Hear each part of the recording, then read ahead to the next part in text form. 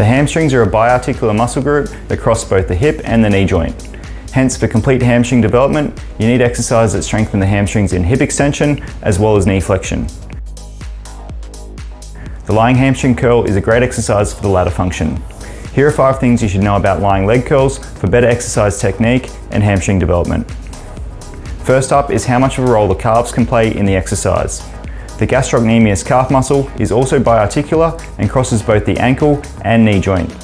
This means that it can assist in knee flexion and therefore contribute to the leg curl exercise.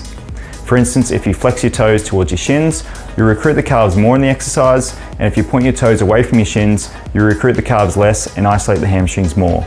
If pointing your toes during a leg curl causes your calves to cramp, they are likely weak and tight, and you'll need to employ some exercises for this muscle group accordingly. The second thing to know about leg curls is the way your feet are rotated. This will determine which hamstring muscles will be recruited more or less during the exercise. If your feet are turned in, this will emphasize your inner hamstring muscles, namely semitendinosus and semimembranosus, and if you turn your feet out, you'll emphasize the outer hamstrings or the biceps femoris muscle. If you start your leg curls in neutral and your feet start turning out during the set, your biceps femoris or outer hamstring is too strong, and you need to practice the exercise with your toes pointed inwards to restore balance. The opposite is also true if your feet naturally turn in during the movement. When using a rotated foot position, make sure you're getting the rotation of your feet from the hips and not the knees. This is a lot easier in theory than it is in practice. The third thing you should keep in mind when executing your leg curls is that if you're exploding uncontrollably out of the bottom position of your leg curls, you're going to lack control and strength in the weaker mid-range part of the exercise. This tendency increases the chance of hamstring strains and injury. A safer and more effective way to do leg curls is to start the movement slower and more controlled out of the stretch position, and then become more explosive once your knee is more flexed. This will likely require reduced load and reduced ego, but will result in better hamstring engagement and reduced risk of injury. The fourth thing to know about leg curls is that many people have a strength imbalance between legs and tend to favor one side when performing dual leg curl variations.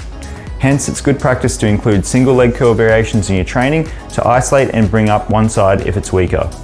A good rule of thumb is to not place more volume or load on the stronger side until the weaker side has caught up.